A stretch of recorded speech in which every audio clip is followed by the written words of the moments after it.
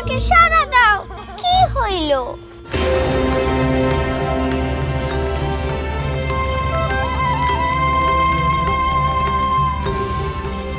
তুমি কেডা? চিনতে পারছো না আমায়? আমি তো তোমারই অংশ, পরমা প্রকৃতি, আদি শক্তির আধার তুমি। তোমার থেকেই তো আমার মতো অসংখ্য দেব দেবীর সৃষ্টি। তোমার লীলায় আমরা এই পৃথিবীতে মানবের পূজা পাই, কখনো আবার হারিয়েও যাই। যুগ যুগান্ত ধরে আমি তোমাকে ডেকে এসেছি, বারবার তোমাকে ডেকেছি।